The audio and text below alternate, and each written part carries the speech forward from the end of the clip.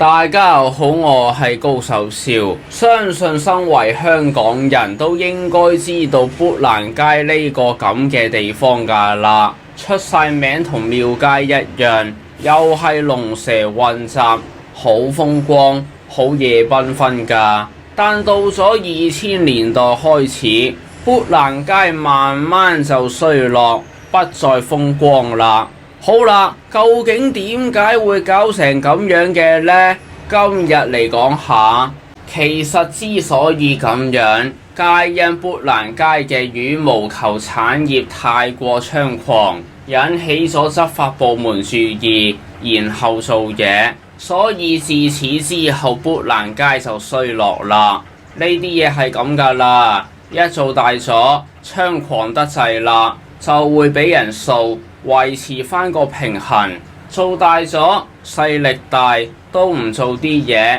平衡返就會越嚟越大，慢慢就會失控，控制唔到，到時就佢話晒事㗎啦。嗱，喺90年代尾嗰陣，砵蘭街嘅羽毛球產業可以話係好蓬勃，四圍都係嗰啲乜鬼嘢指壓馬籃，開到成行成市。每晚都好多人慕名而來幫襯，嗰度晚晚都有唔少經濟收入喺度。夜繽紛，當時真係好夜繽紛㗎，所以就咁樣樹大招風，被執法部門盯上了。由於砵蘭街呢方面嘅產業逐漸失控，唔受控制，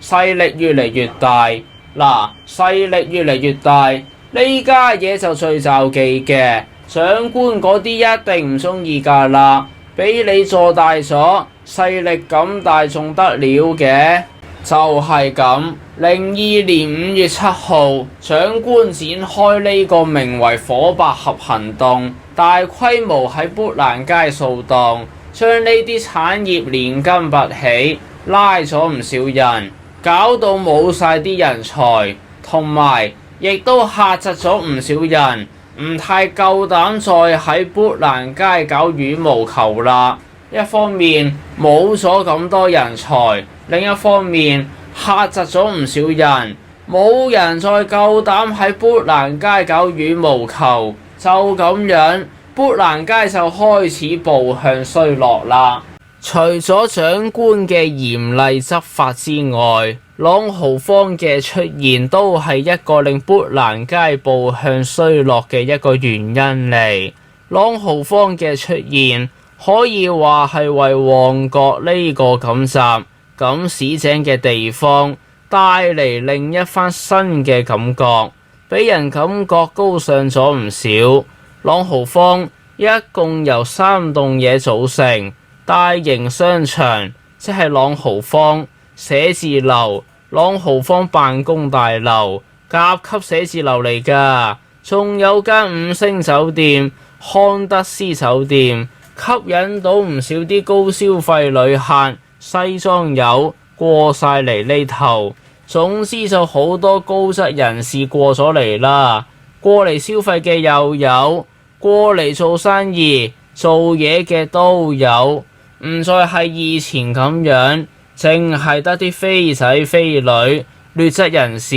喺晒呢頭。嗱，咁高質咗咁多，自然嗰附近地段嘅價值都跟住一齊升㗎啦，租金都貴咗唔少。就係咁樣，足以令砵蘭街嘅羽毛球產業步向衰落，租金成本貴咗，喺呢頭搞啲咁樣嘅嘢，咪揾少咗咯。好自然地，嗰啲咁樣嘅人才好快就走晒，走去第二度發展啦。慢慢砵蘭街就唔再好似以前咁樣啦，啲專才過晒去上海街、新填地街嗰附近揾食，